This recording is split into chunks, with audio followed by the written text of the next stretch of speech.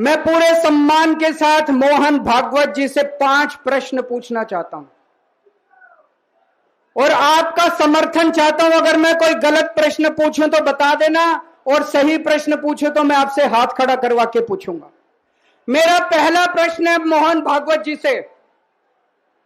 जिस तरह मोदी जी देश भर में लालच देके या ईडी और सीबीआई की धमकी देके, डरा के दूसरी पार्टी के नेताओं को तोड़ रहे हैं, पार्टियां तोड़ रहे हैं, सरकारें गिरा रहे हैं, क्या यह देश के लिए सही है? मैं मोहन भागवत जी से पूछना चाहता हूं, क्या आप नहीं मानते कि यह भारतीय जनतंत्र के लिए हानिकारक है? पूछना चाहिए कि नहीं पूछना चाहिए मोहन भागवत जी से? मेरा दूसरा प्रश्न है उनसे। देश भर में सबसे भ्रष्टाचारी नेताओं को मोदी जी ने अपनी पार्टी में शामिल करवा लिया। जिन नेताओं को कुछ दिन पहले मोदी जी ने खुद सबसे भ्रष्टाचारी बोला, जिन नेताओं को अमित शाह जी ने खुद भ्रष्टाचारी बोला, कुछ दिन के बाद उनको बीजेपी में शामिल करा लिया। मैं मोहन भागवत जी से पूछना चाहता हूं, क्या इस प्रकार की राजनीति से आप सहमत हो? क्या आपने कभी ऐसी बीजेपी की कल्पना की थी? पूछना चाहिए कि नहीं पूछना चाहिए मोहन भागवत जी से? मेरा तीसरा प्रश्न है मोहन भागवत जी से। बीजेपी आरएसएस की कोख से पैदा हुई है कि नहीं है?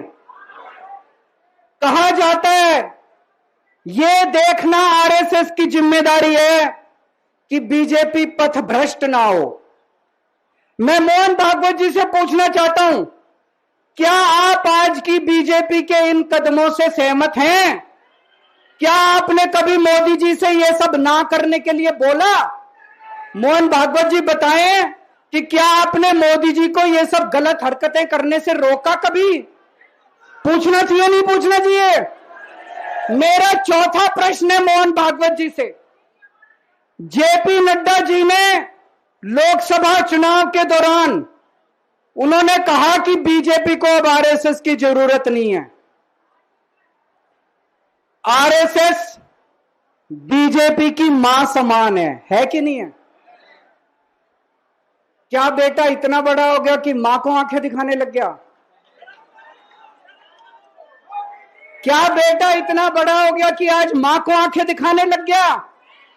जिस बेटे को पाल पोस के बड़ा किया, जिस बेटे को प्रधानमंत्री बनाया, आज वो बेटा पलट के मां को अपनी आंखें दिखा रहा है। मातृतुल्य संस्था आरएसएस, आज वो बेटा अपनी मातृतुल्य संस्था को आंखें दिखा रहा है। मैं मोहन भागवत जी से पूछना चाहता हूं, जब नड्डा जी ने ये कहा तो आपके दिल पे क्या गुजरी, आप जरा बताइए इस देश को। क्या आपको दुख नहीं हुआ? मैं आरएसएस के हर कार्यकर्ता से पूछना चाहता हूं, जब नड्डा जी ने कहा कि हमें आरएसएस की जरूरत नहीं है, क्या आरएसएस के हर कार्यकर्ता को दुख नहीं हुआ?